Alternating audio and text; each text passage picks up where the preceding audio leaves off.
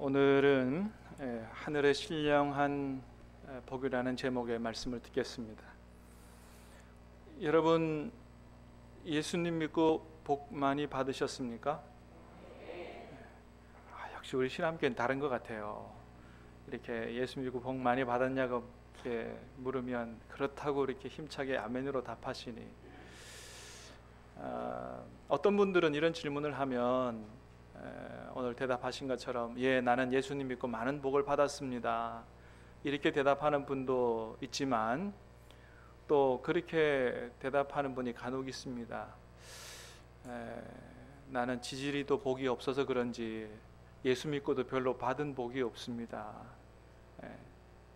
여러분, 그러나 사실은 우리 모두는 다 예수님 믿고 엄청난 복을 받은 사람들입니다. 믿습니까? 믿으시기를 바랍니다. 자, 우리가 예수님 믿고 엄청난 복을 받은 사람들인데, 참 안타까운 거는 예수님을 믿고서도 내가 예수님 믿고서 어떤 복을 받았는지 모르는 분들이 많이 있다라고 하는 겁니다. 여러분, 오늘 본문에서 사도 바울은 우리에게 뭐라고 얘기하냐 하면, 우리는 예수님 안에서 하늘에 속한 모든 신령한 복을 받았다, 그렇게 이야기합니다. 자, 3절 말씀을 다시 한번 읽어보겠습니다. 시작. 찬송하리로다 하나님 곧 우리 주 예수 그리스도의 아버지께서 그리스도 안에서 하늘에 속한 모든 신령한 복을 우리에게 주시되. 아멘. 찬송하리로다 하나님 곧 우리 주 예수 그리스도의 아버지께서 그리스도 안에서 하늘에 속한 모든 신령한 복을 우리에게 주셨다. 그렇습니다. 여러분, 하나님이 그리스도 안에서 하늘에 속한 모든 신령한 복을, 그러니까 그냥 복도 아니고요, 어디에 속한 복이라고요? 하늘에 속한 복이다. 그리고 그냥 하늘에 속한 복도 아니고 하늘에 속한 모든 신령한 복을 우리에게 다 주셨다고 말씀합니다. 여러분, 우리가 이 땅에 살아가면서 돈을 잘 번다든지 또는 출세를 한다든지 자녀가 잘 된다든지, 이런 복도 참 얼마나 엄청난 복이에요. 그런데 그럼에도 불구하고 그런 것 말고 이 땅의 것과 비교할 수 없는 하늘에 속한 모든 신령한 복을 다 받았다면, 저와 여러분들이 얼마나 엄청난 복을 받은 사람들인가 하는 것이죠. 여러분, 그렇습니다. 그래서 우리가 정말 복되게 살려면 내가 예수님 안에서 어떤 복을 어떻게 받았는지를 제대로 깨달아 아는 것이 중요하다.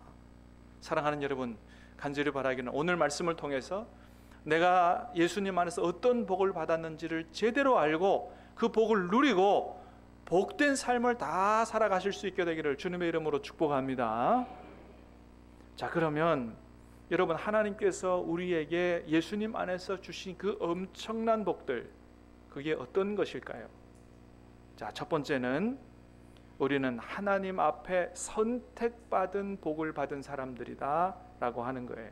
선택받은 복을 받았다. 4절 5절 같이 읽겠습니다. 시작.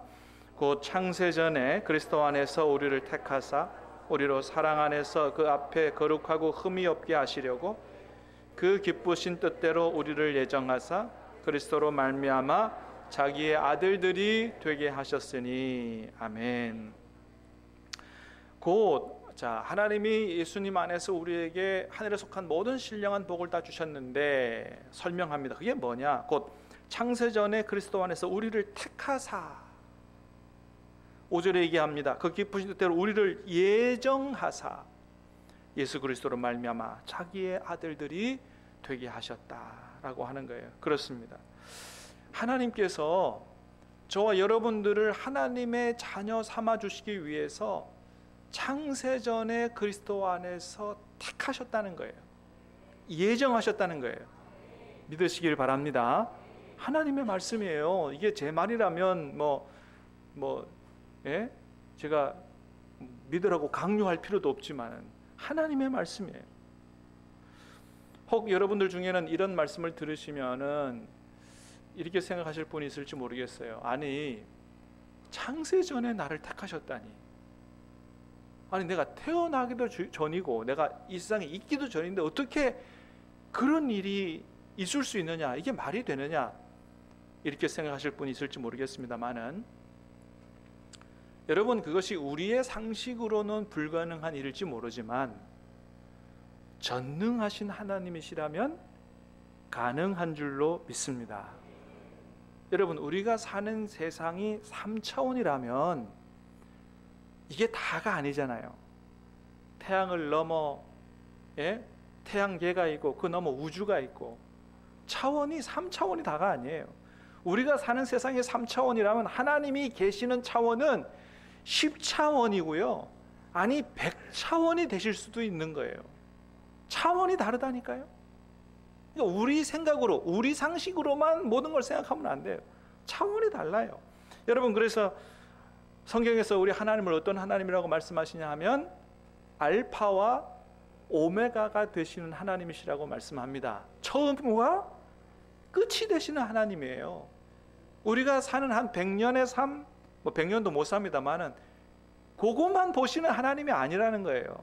알파와 오메가가 되신, 영원 전부터 계시고 영원까지 계시는 하나님. 그래서 모든 것들을 하늘에서 다 내려다보시는 하나님이에요. 여러분 우리가 어릴 때 개구짖게 막 개미들이 열심히 땀 뻘뻘 흘리고 막 먹이를 주워 나르고 막 하던 거 보면 우리가 위에서 딱 내려다보면 얼마나 참 그래요, 그지요? 발로 한번 툭 차면 저리 가서 굴러 떨어지고 물 한번 부으면 막 거기 홍수가 나고 막 난리가 나잖아요.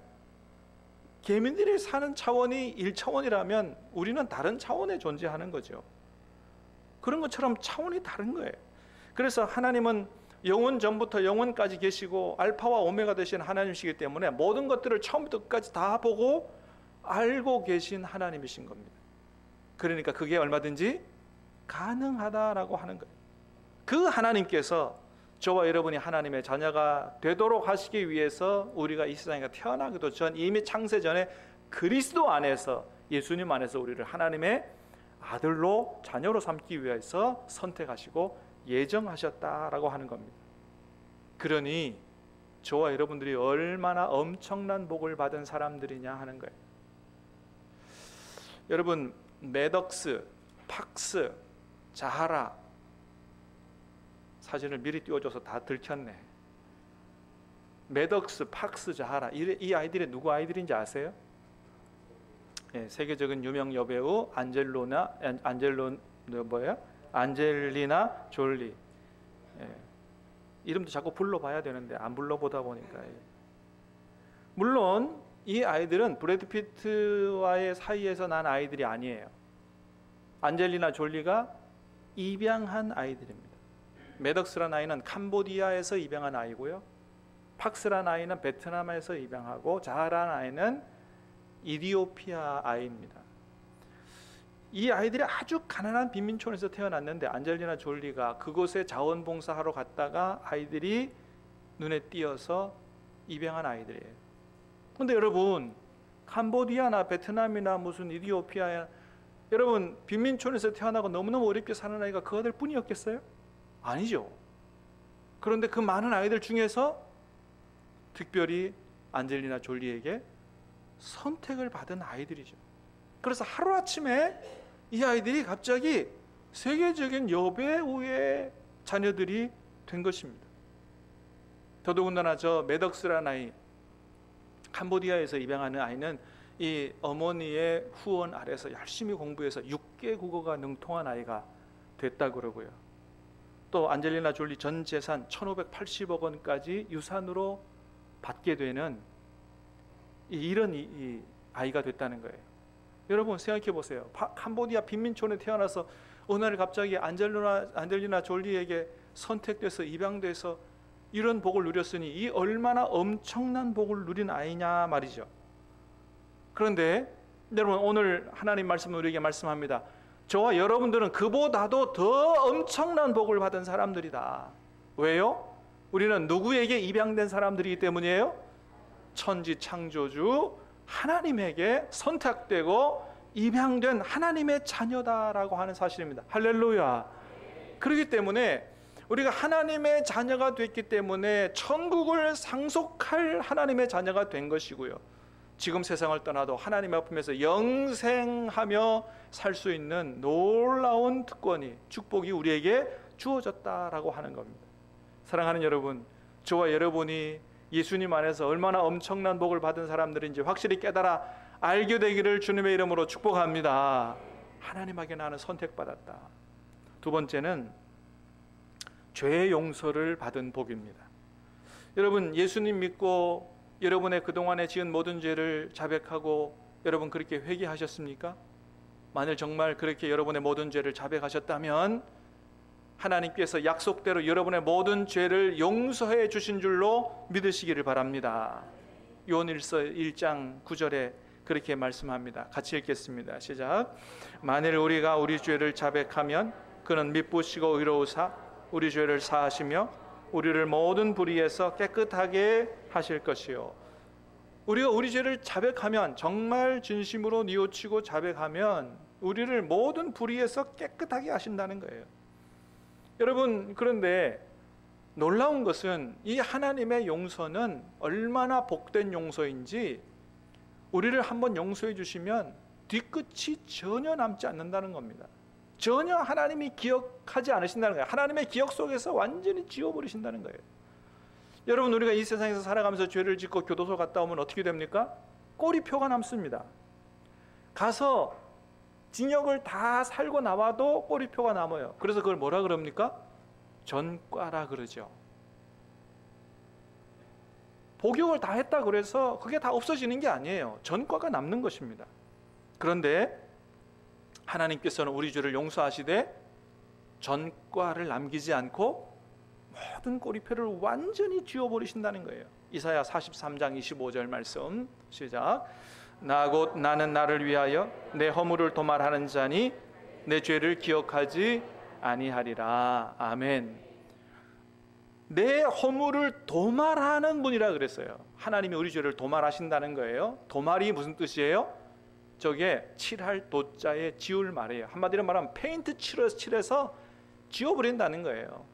여러분, 건물이 오래되면은 거기에 발자국도 묻고 더러운 것도 묻고 하죠. 그러면 어떻게 합니까?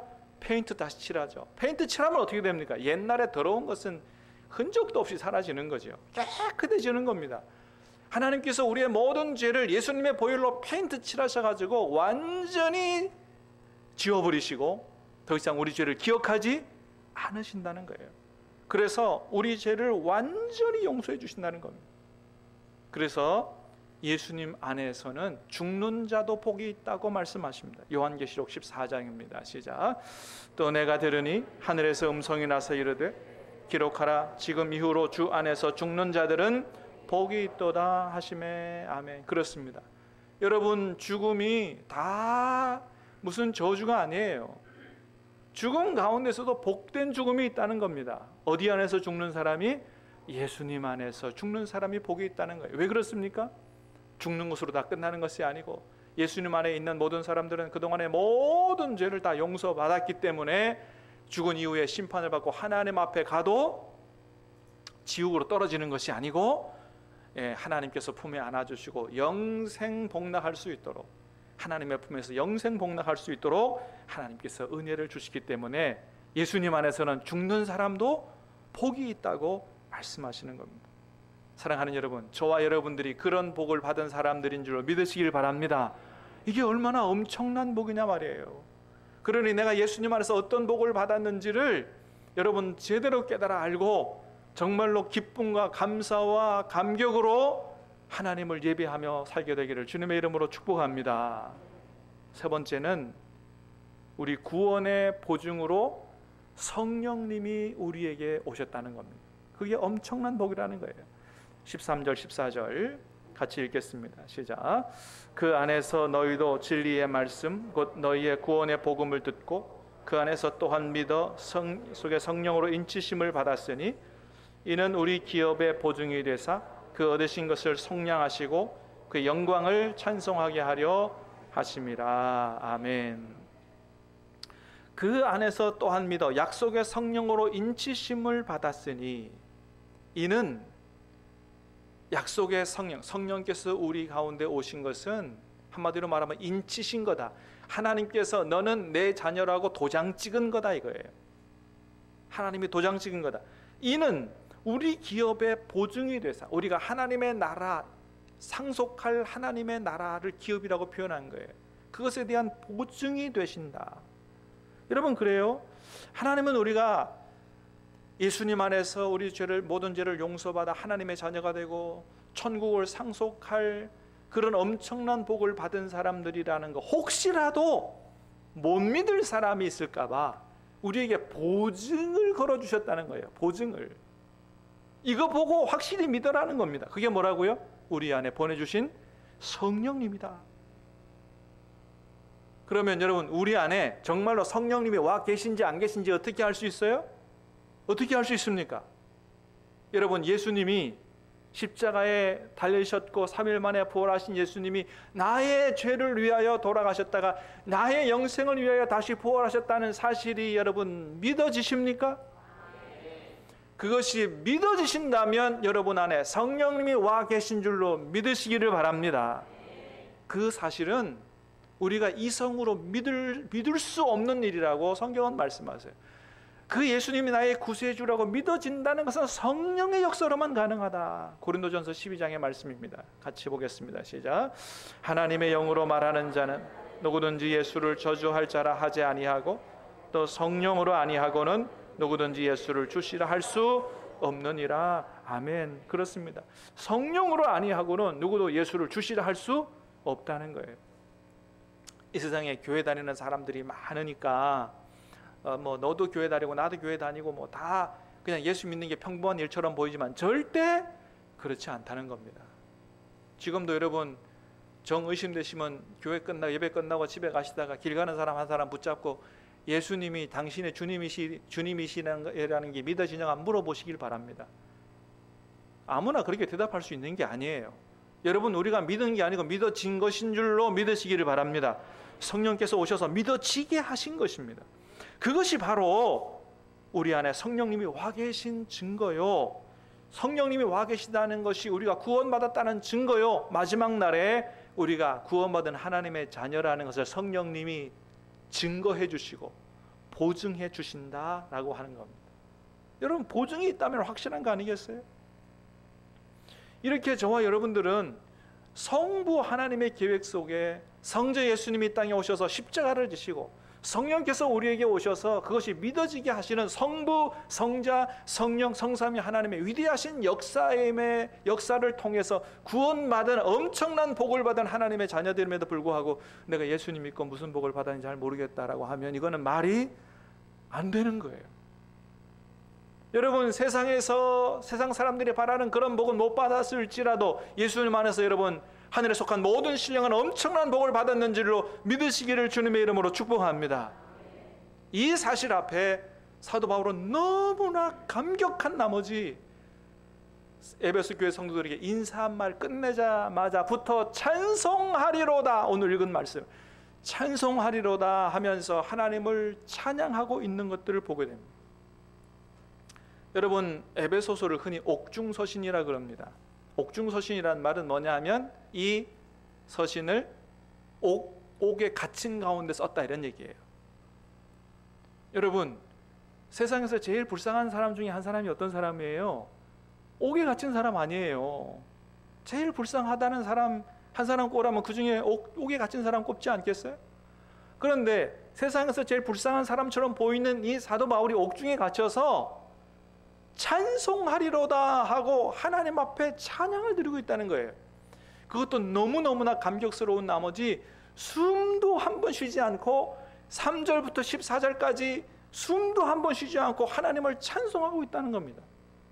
여러분, 우리가 3절부터 14절까지 오늘 본문 말씀을 읽었는데 우리 한글 성경으로 보니까 이렇게 끊어진 것 같지요?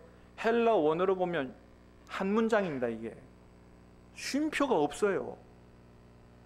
숨도 한 번 쉬지 않고 3절부터 14절까지 끊임없이 쏟아내고 있다는 거예요.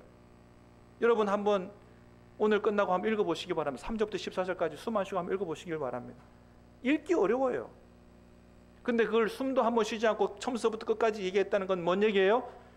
가슴에서 감격적으로 터져 나왔다는 거예요. 내가 옥중에 있지만은 내가 구원받았다고 하는, 내가 예수님 안에서 구원받았다고 하는 이 성부, 성자, 성령의 위대하신 역사 가운데 내가 하나님의 나라를 상속할 하나님의 자녀가 되었다는 사실을 생각하면 옥중에 있어도 내가 하나님 앞에 찬양하지 않을 수 없고, 그래서 숨도 쉬지 않고 감격적으로 가슴에서 터져나오는 찬양을 하나님께 드리지 않을 수 없다라고 하는 것입니다. 여러분 어떻습니까? 여러분은 내가 예수님 안에서 구원받아 하나님의 자녀가 되었다는 사실이 너무 감격스러워서 이렇게 가슴에서 터져나오는 찬양으로 하나님 앞에 찬양을 드려보신 적이 있습니까? 만일 아직도 예배 중에 또는 찬양을 부르는 것이 부담스럽고 감동이 없고 그렇다고 한다면 아직도 여러분이 예수님 안에서 어떤 복을 받았는지를 제대로 알지 못하는 것입니다. 정말로 그것을 제대로 깨달아 알면 여러분 앉아서 찬양하기도 힘든 거예요. 그때부터는 앉아 있을 수가 없어요. 일어서서 찬양하고 싶고 손들고 찬양하고 싶고 때로는 춤을 추면서 찬양하고 싶은 거예요. 여러분 그래서 다윗 왕은 왕이지만 하나님 앞에 자기 바지가 내려가는지도 모르고 옷이 벗겨지는지도 모르고 춤을 추며 찬양을 드렸다고 하는 것입니다. 여러분 그런 게 진정한 찬양인 거예요. 정말 내 마음과 사랑과 정성과 그걸 다 드려서 오직 하나님께서 영광을 받으시도록 드리는 그 찬양, 이게 진짜 찬양인 거예요. 여러분 그래서 요한계시록에 보면 우리가 완성된 천국에서는 뭐만 있느냐? 우리를 구원하신 성부 하나님, 어린 양 예수님 앞에 드리는 찬양과 경배만 있다고 기록하고 있습니다. 요한계시록 7장 9절에서 12절까지 말씀을 보겠습니다. 천국의 모습입니다. 시작. 이 일 후에 내가 보니 각 나라와 족속과 백성과 방언에서 아무도 능히 셀 수 없는 큰 무리가 나와 흰옷을 입고 손에 종려나무 가지를 들고 보좌 앞과 어린 양 앞에 서서 큰 소리로 외쳐 이르되 구원하심이 보좌에 앉으신 우리 하나님과 어린 양에게 있도다 하니 모든 천사가 보좌와 장로들과 내 생물의 주위에 서 있다가 보좌 앞에 엎드려 얼굴을 대고 하나님께 경배하여 이르되 아멘. 찬송과 영광과 지혜와 감사와 존귀와 권능과 힘이 세세토록 있을지어다. 아멘 하더라. 여러분 완성된 천국에서의 모습을 보여주고 있어요. 각 나라와 족속과 백성과 방언에 능히 아무도 셀 수 없는 큰 무리가 나와서 하나님 앞에 종려나무 가지를 들고 보좌 앞과 어린 양 앞에 서서 찬양한다. 완성된 천국에서 앉아서 찬양할 수 없다는 거죠. 존전에 계신 하나님, 그 앞에서 내가 앉아서 찬양할 수 없다. 일어서서 때로는 엎드려 보좌 앞에 엎드려 얼굴을 대고 하나님 앞에 경배하며 자기가 드릴 수 있는 모든 최선의 몸으로 하나님 앞에 찬양하며 예배한다고 하는 것입니다. 사랑하는 여러분, 이러한 감격과 감동이 저와 여러분에게 있게 되기를 주님의 이름으로 축복합니다. 우리 신함교회 예배가 이런 예배가 될 수 있게 되기를 주님의 이름으로 축복합니다. 그래서 천국에서 드리는 천상의 예배 같은 감격적인 예배가 될 수 있게 되기를 주님의 이름으로 축복합니다. 이런 찬양으로 드리는 예배가 진짜 예배인 거예요. 이거 정말 하나님이 원하시는 예배인 거예요. 그렇습니다. 여러분 우리가 정말로 이렇게 예배 드릴 수 있다면, 이렇게 예배 드린다면 어찌 하나님께서 그 예배에 은혜를 충만하게 부어주시지 않을 수가 있겠느냐. 그래서 여러분 사실은 예배 중에 받는 은혜는 설교 듣기 전에 이미 진정한 찬양으로 나아가는 성도, 그 시간에 하나님이 다 부어 주시는 것입니다. 여러분 설교 듣기 전에 다 은혜 충만하게 받으시기를 주님의 이름으로 축복합니다. 어떻게 찬양을 드리냐에 따라 달렸다는 거죠. 마지막으로 하나님께서 우리에게 이런 엄청난 복을 주셨는데 그렇게 복을 주신 목적이 있다는 것입니다. 첫 번째는 거룩하게 살게 하기 위함입니다. 4절 말씀을 다시 보겠습니다. 시작. 곧 창세전에 그리스도 안에서 우리를 택하사 우리로 사랑 안에서 그의 앞에 거룩하고 흠이 없게 하시려고 하나님의 아들들이 되게 하셨다. 그렇습니다. 우리를 이렇게 엄청난 역사를 통해서 하나님 자녀 삼아주신 이유는 더 이상 죄짓지 않고 오직 하나님 앞에서 거룩하고 흠이 없게 살도록 하기 위해서 그렇게 구원하셨다는 거예요.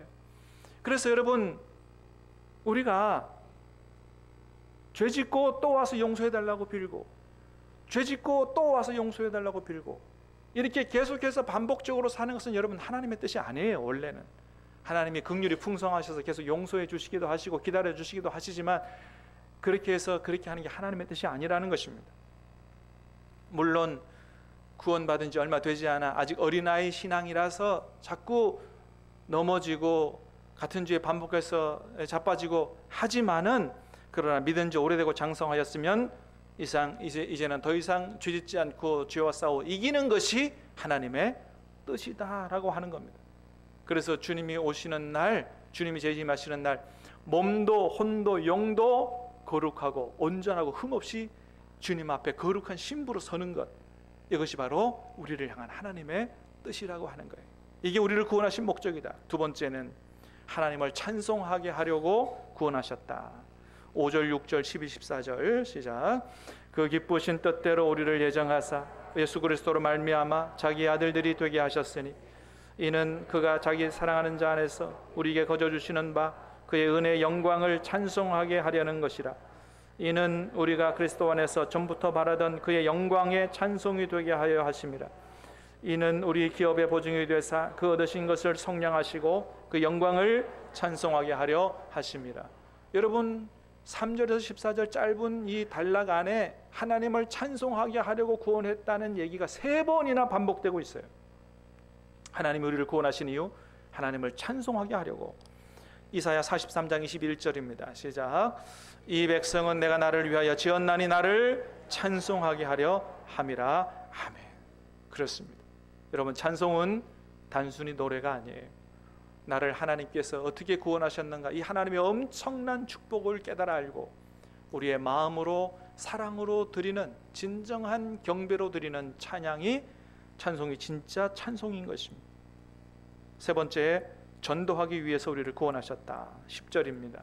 시작. 하늘에 있는 것이나 땅에 있는 것이 다 그리스도 안에서 통일되게 하려 하심이라. 아멘. 여러분, 이게 너무나 중요한 구절이에요. 하늘에 있는 것이나 땅에 있는 것이나 다 그리스도 안에서 통일되게 하려 하심이라. 여러분, 그래서 하나님의 궁극적 목표는 뭐냐?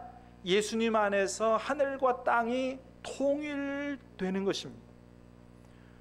이 세상의 모든 민족의 장벽, 차별 다 넘어서 예수님 안에서 한 하나님을 섬기는 한 민족으로, 한 하나님의 백성으로, 한 가족으로 만드는 것이 바로 이 땅을 향한 하나님의 꿈과 비전이라는 거예요.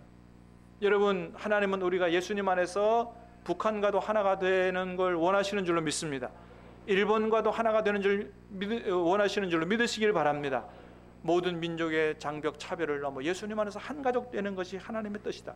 그러기 위해서는 우리가 땅끝까지 가서 복음을 전하지 않을 수가 없는 것이고, 그래서 전도해야 하는 거요, 선교해야 하는 것입니다.